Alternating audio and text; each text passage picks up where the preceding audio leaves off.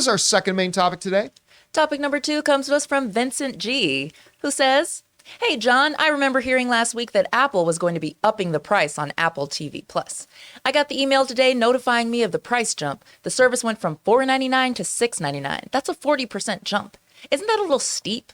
With the prices on all the services going up so high, I'm going to have to start deciding which ones I can actually keep and which ones I'll have to live without. What do you think about this?" All right. Thanks a lot for sending that in, Vincent. And yeah, not surprising. It was about a week ago that Apple Plus announced this, but they just sent the emails out to all their subscribers, I believe last night or this morning, that Apple TV Plus is going to be moving from $4.99 to $6.99. Now, that's only a $2 difference, right? But as they pointed out, it's a 40% jump. And that is steep. That is a steep jump. And you're not wrong. We are now entering into that area and that time where for a lot of people, just having every streaming service isn't really going to be an option.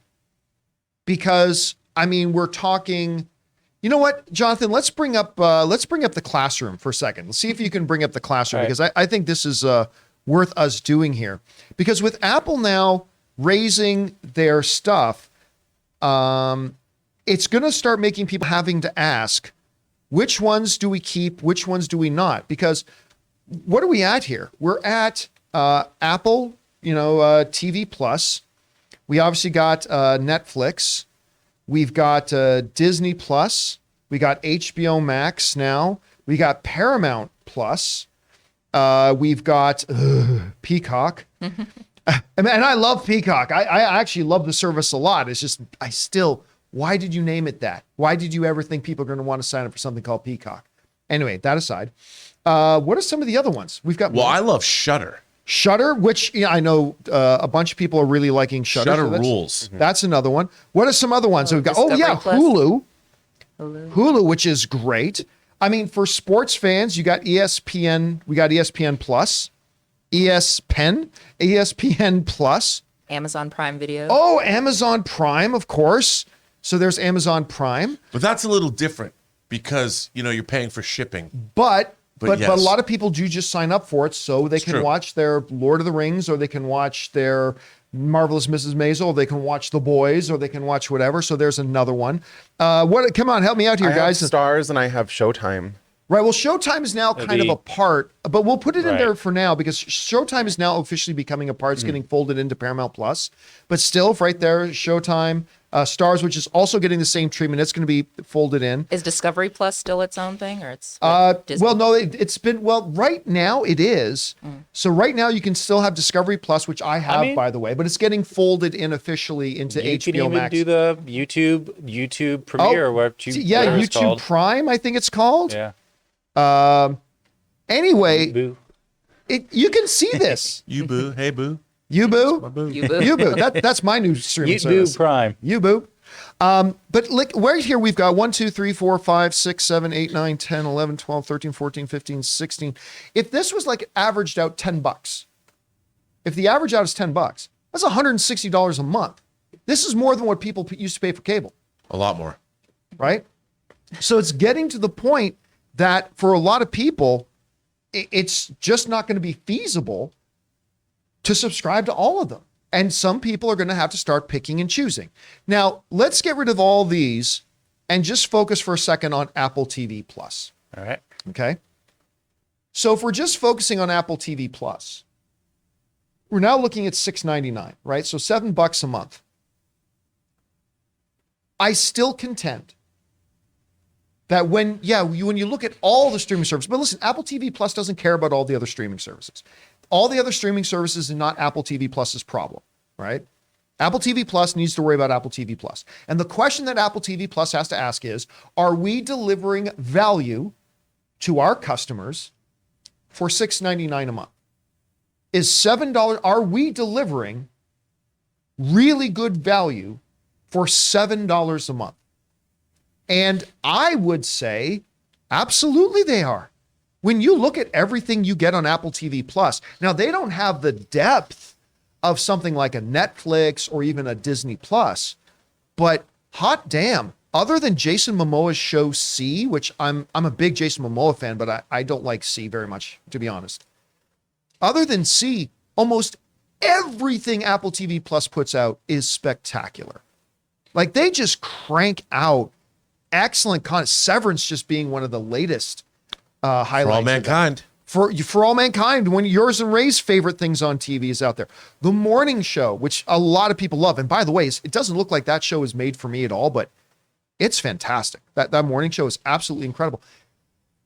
Do they put out $7 a month worth of quality product, including all the other stuff that they have involved, everything else you get with Apple TV Plus? Again, and let's bring up the screen again there, Jonathan. When you just look at it by itself, the answer, I believe, is a resounding yes. And by the way, I think they could charge $12 a month for Apple TV Plus, and I think it's worth what we're getting. However, when you start looking at it, obviously, and again, this isn't Apple's problem, but yeah, when you look at it, all of it together, it does start to add up. So in a micro sense, $6.99 is absolutely still, I believe, a tremendous value for Apple TV Plus. It's a tremendous value. Like Jonathan and I were just talking yesterday, if you want to go to a Dodgers game, now this is one of the reasons I don't drink, but if you go to a Dodgers game and you buy one beer, you're spending how much for a beer, I mean, a big one would be like 18. $18. And it's not just Dodger Stadium, it's any stadium. But yeah, I just went to an Anaheim Mighty Ducks game on the weekend because they were playing my beloved Toronto Maple Leafs. So I went to go see a Leafs game. You think movie theaters are bad? They had a combo special. Ooh, special. I'm about to save me some money. I price is right. That one, I guessed it right on the nose, Yeah, and too. he did. I said, guess how much this is? And Jonathan got it right. But you see special, combo special. It's like, ooh, this is going to save me money. One regular-sized hot dog, one medium-sized soft drink, and one small, really tasteless fries. One hot dog, one soft drink, medium size, and one small fries. $25. And that was the special for saving me some money. $25. So you thought, don't ever complain about movie theaters again. But it's like, but when you put it into context, Apple TV Plus is literally giving you a month of entertainment. And a lot of these services are the same, but it's true, Rob, when you start looking at it, the bigger picture, when you start looking at this list of all these services that are out there right now and it starts to add up. Anyway, you hear about the Apple TV Plus price hike. What do you think about it? Guys, we want to take a second to thank the sponsor of this video, Mint Mobile. Mint Mobile offers premium wireless starting at just $15 a month. And now for the plot twist. I'm just kidding. There isn't one. Mint Mobile just has premium wireless from $15 a month. There's no trapping you into a 2-year contract or opening the bill to find all these crazy fees. There's no luring you in with free subscriptions to streaming services that you'll forget to cancel and be charged full price for. With my old wireless provider, every month when I opened the bill, it was like playing roulette. I never knew how big the bill was going to be, and it always seemed to get bigger. With Mint Mobile, it's totally different. I know exactly how little I'm paying every month, and there's never any surprises. Mint Mobile gives you the best rate whether you're buying for one or a family. And at Mint Mobile, families start at just 2 lines. All plans come with unlimited talk and text plus high-speed data delivered on the nation's largest 5G network. And guys, you get to use your own phone with any Mint Mobile plan and keep your same phone number along with all your existing contacts. So transferring over couldn't be easier. So to get premium wireless from just $15 a month and no unexpected plot twists, go to mintmobile.com/Campea. That's mintmobile.com/Campea. You'll make your wallet very happy at mintmobile.com/Campea. It doesn't bother me. I mean, like you said, it might be a 40% increase, but like I prioritize, like, obviously media, movies, TV is important in my life, not just because we talk about it, just because I've been interested in it my whole life. And like, dude, I'll pay for Apple, and then I've pre-ordered the UK Blu-rays for All Mankind. So I'm buying the show that I'm already subscribing to. And that's true of a lot of things. And how insane is that? Like, why do I have all the Marvel movies on 4K disc when I have Disney Plus and can watch all the Marvel movies streaming whenever I want? Well, discs are better. But, you know, I think that it really comes down to you have to prioritize. And I think what's going to happen, John, is people are going to subscribe based on shows. Yes. Like when House of the Dragon comes back. And I think that's got to be considered the new normal. Like I think Netflix, for instance, I don't think I would ever unsubscribe to Netflix because they have so many weird stuff. Like all of a sudden this show drops on the 28th, Drink Masters. It's like the Great British Bake Off or Bake Show for alcohol. And I'm like, count me in. And I'm locked in and I'm thinking, that's 10 episodes of a beautifully shot show and hipster bartenders. For whatever reason, that alone, one show makes my monthly subscription to Netflix worthwhile. And Elizabeth and I, if you start going through their documentary content, there's always something there. I'll never get rid of Netflix. As long as they keep putting all this weird, eclectic stuff I don't even know I wanted. And then when I find it, I'm like, well, this is great. Let me interrupt you just for a second. While Rob is going off on this, let's bring up the classroom again for a second. Maybe with Rob in the pit. So we're absolutely gonna be keeping okay. So Netflix is getting kept for sure. Netflix. Okay. Keep Netflix. Let's get Rob. Yeah, there's Rob. I'm gonna pull him up So here. okay, so Netflix is definitely staying. Let's go through here. If Netflix is staying, what else is the next up that is automatically this is staying? HBO Max. HBO Max, absolutely. They're the gold standard bearer. All the stuff that they've got. So HBO Max is staying as well. What's next? Netflix stays because I pay for Prime anyway because I use Amazon all the time. So I'm not going to ever get rid of Amazon Prime. So Amazon Prime, absolutely. I mean, plus they've got Invincible, they've got The Boys, they've got Arcane, they've got Rings of Power, they've got a bunch of other things coming up in the new year as well. So Amazon Prime. And this is going to seem strange for me personally, but Shudder stays because I love horror. And they're always doing interesting stuff. They're a great channel. They're really well curated. So I would keep that. But all this other stuff, John, all of it. You didn't mention Disney Plus.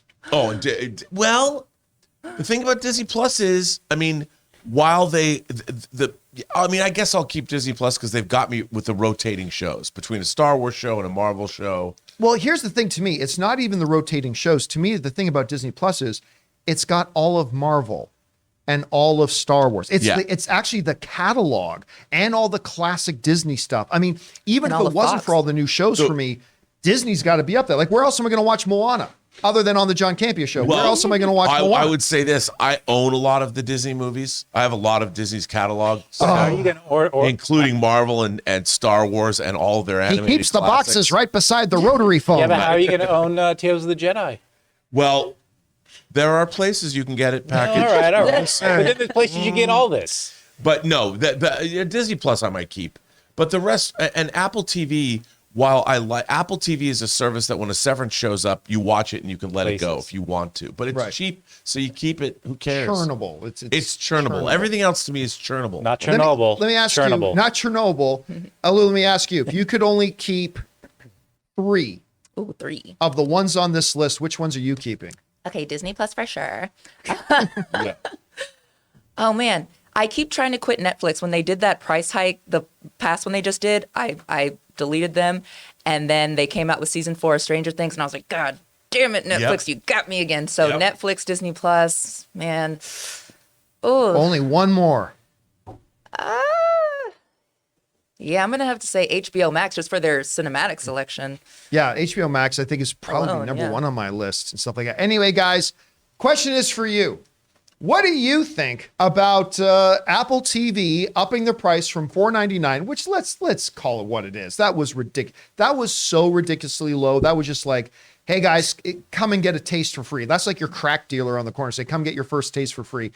At $6.99, I think it's still worth it. What do you guys think? If you could only keep a couple of them, which ones would it be? Whatever your thoughts are, jump down to the comment section below and leave those thoughts there.